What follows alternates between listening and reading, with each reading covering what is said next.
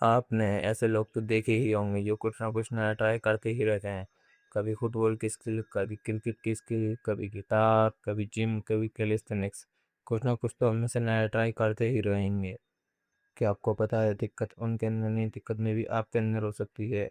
आपको पता है ये ह्यूमंस की स्पीशीज हुआ करती थी जो चार पैरों पे चला करती थी, वो चार पैरों से दो पैरों पर क्यों आए थे? क्योंकि वो दो हाथों से हंट कर सके, हंट करके कुछ खा सके। तो जब ह्यूमंस की इवोल्यूशन इसलिए हुई है क्योंकि वो उन दो हाथों से कुछ काम कर सके, कुछ हंट करके खा सके या फिर कुछ ना कुछ काम कर सके।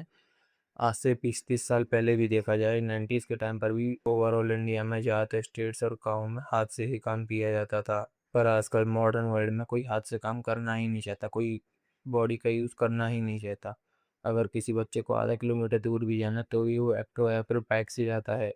तो इंसान की जो क्रिएटिविटी होती है वो उसके अंदर ही रह जाती है। आज से कुछ साल पहले भी देखा जाए, 30-35 साल पहले, तो जब तक लोग काम ठीक ठाक करते थे, हाथ से काम करते थे, मेहनत करते थे, तो जब तक उनकी क्रिएटिविटी निकलती थी। बट आज के टाइम पर क्रिएटिविटी बिल्कुल निकलती ही नहीं है। तो इंसान जब बना ही कुछ करने के लिए, कुछ क्रिएटिव करने के लिए है, और आप उसे बैठाल के रखोगे, कुछ काम नहीं करने दोगे, सिर्फ आराम और कंफर्ट जोन दोगे, तो उसका दिमाग तो खराब होगा ही। और बाकी की जो डिप्रेशन वगैरह होता है सब कुछ इसी से होता है।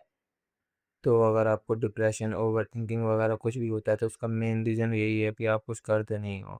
और जो लोग करते हैं, जो हर महीने कुछ ना कुछ नई स्किल सीखते ही रहेंगे या फिर कुछ ना कुछ हमेशा करते ही रहते हैं, football, guitar, calisthenics, gym, workout या फिर कुछ भी क्रिएटिविटी, पोइट्री, पोएम, राइटिंग या फिर कुछ भी जो करते हैं, वो जो भी लोग करते हैं वो सही करते हैं। वो एटलीस्ट अपनी क्रिएटिविटी को बाहर तो आने देते हैं। बहुत लोग तो अपनी क्रिएटिविटी बाहर ही नहीं आने देते और फिर कहते हैं कि मुझे ओवर थिंकिंग होती है, मुझे डिप्रेशन होता है।